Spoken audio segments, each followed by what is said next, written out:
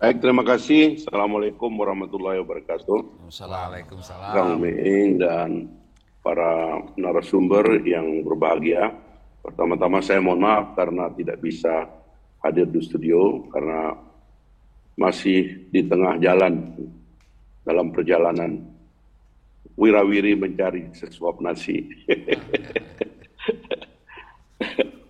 Eh, Pertama, terima kasih atas kehadirannya. Yang kedua, tema ini memang kita anggap penting mengingat adanya semacam kejutan ya yang terjadi beberapa saat yang lalu ketika eh, melalui pilkada Mahkamah Konstitusi memiliki pandangan eh, baru atau pandangan lain ya bahwa eh, tradisi open legal policy yang biasanya oleh MK diserahkan kepada DPR tiba-tiba diintervensi oleh Mahkamah Konstitusi dan tidak lain atau tidak bukan untuk dalam rangka memperkuat partisipasi rakyat di dalam nominasi karena akhirnya suara yang diperhitungkan bukan cuma kursi.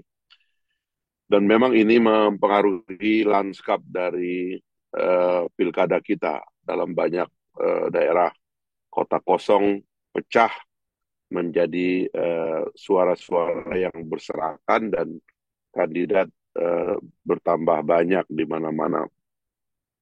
Ini tentu di hulunya, tapi kita tahu bahwa nafas dari partisipasi ini juga adalah dalam rangka memastikan bahwa eh, otonomi daerah itu bermakna bahwa pembangunan yang akan datang itu terselenggara secara lebih masif dan cepat. Saya kira ini diantara nafas penting daripada otonomi daerah.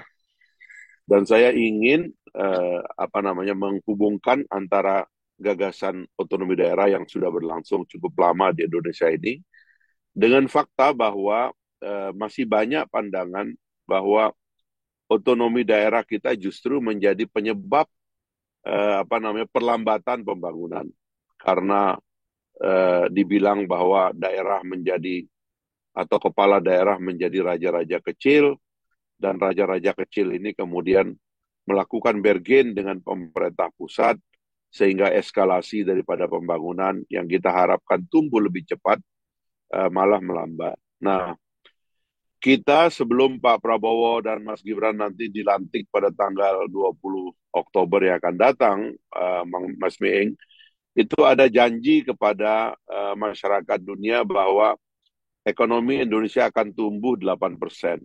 Ya. Janji ini diungkap berulang-ulang. Kami juga dalam beberapa pertemuan di dalam mendengarkan bahwa bahkan Pak Prabowo optimis bahwa pertumbuhan ini bukan cuma 8%, tapi bisa dua digit pertumbuhan. Nah, pertanyaannya, apakah nafas dari pilkada serempak yang sedang terjadi besok ini dan otonomi daerah yang sudah berlangsung cukup lama itu sejalan dengan rencana kita untuk tumbuh menjadi negara industri yang lebih maju atau negara industri menuju Indonesia Emas 2045 atau malah uh, tren uh, pilkada dan otonomi daerah ini akan memperlambat ya cita-cita kita untuk mengeskalasi pembangunan yang operator utamanya memang daerah-daerah itu. Saya secara pribadi beberapa bulan yang lalu sudah mengajukan atau semacam peringatan agar pemerintah mewaspadai gejala bahwa pengelolaan otonomi daerah dan atau daerah secara umum itu justru menjadi faktor memperlambat gitu. Karena saya melihat sendiri bahwa terlalu dominan bau politik di daerah. Banyak faktornya, salah satunya adalah karena kontrol partai politik yang kadang-kadang berbeda dengan pilihan-pilihan dari pemerintah pusat, ya. Pemerintah daerah membangun bergennya sendiri dengan pemerintah pusat. Dan ini khususnya saya sudah peringatkan juga, bahkan saya menulis surat kepada pemerintah supaya eh, pilkada gubernur dipertimbangkan untuk tidak diadakan. Karena posisi gubernur ini memang saya kalau baca draft dari perubahan undang-undang dahulu, termasuk Pak Rudini tidak setuju dengan pilkada gubernur diadakan. Sebaiknya gubernur itu lebih disederhanakan karena pada dasarnya mereka adalah elemen daripada pemerintah pusat yang harusnya membantu pemerintah pusat mengeskalasi pembangunan di daerah.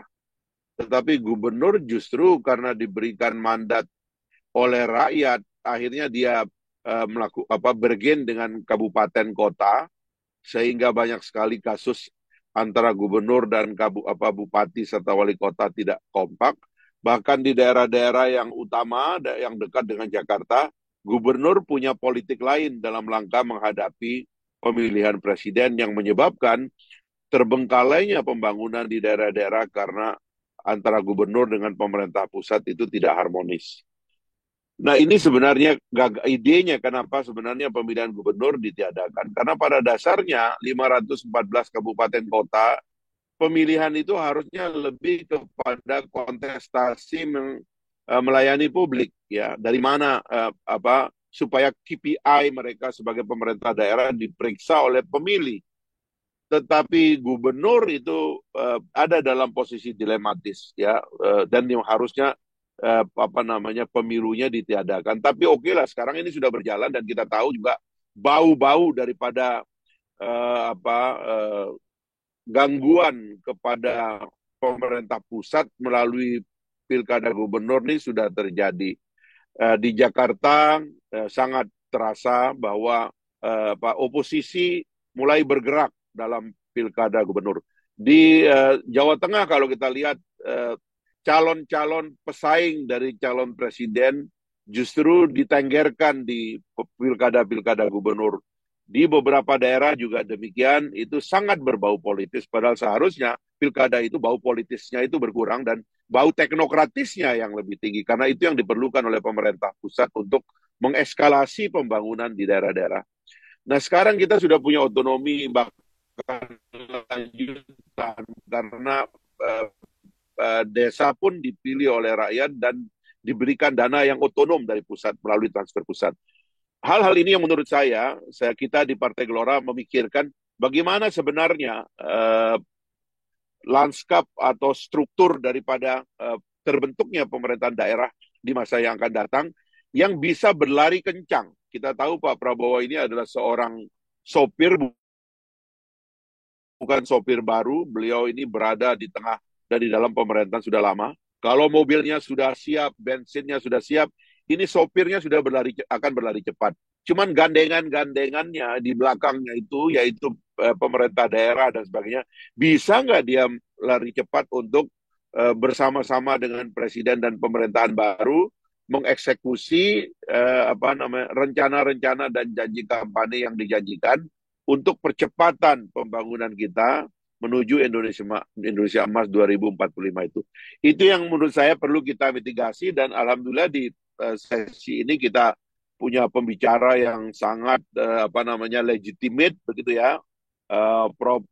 Joher Mansyah, saya kira orang yang mengerti betul ini tentang otonomi daerah ini. Pak Andi juga dulu sangat terlibat di dalam penataan daerah ini dan para pembicara lainnya yang tentu berpengalaman. Kita pengen dengar sebenarnya, optimis nggak kita dengan situasi otonomi daerah baru? Sebab kalau tidak, Pak, yang dilakukan oleh Rusia, yang dilakukan oleh negara-negara seperti China, menarik kembali semua otonomi ke pusat. Dalam struktur pemerintahan yang totaliter itu bisa dilakukan, tapi dalam lanskap demokrasi itu sulit dilakukan. Maka bagaimana formula yang tepat bagi kita untuk menemukan dinamisasi tarik-menarik antara pemerintah daerah dan pemerintah pusat yang tetap dalam rangka mengeskalasi pembangunan dalam satu arah yang positif, ya, sehingga waktu yang kita perlukan untuk mensejahterakan rakyat Indonesia tidak terlalu lama. Kita ini merdeka bareng dengan China, merdeka bareng dengan Malaysia, merdeka bareng dengan Taiwan, merdeka bareng dengan Korea, tapi pendapatan per kapita kita ini lamban, ya. Perlu ada terobosan untuk mempercepat eskalasi pendapatan per kapita nasional kita ini, dan itu kuncinya ada di otonomi daerah dan ada di daerah. Itu aja mungkin sebagai pengantar, Kang Bing. Terima kasih sekali lagi kepada para pembicara. Saya akan menyimak ini sambil jalan gitu. Terima kasih banyak.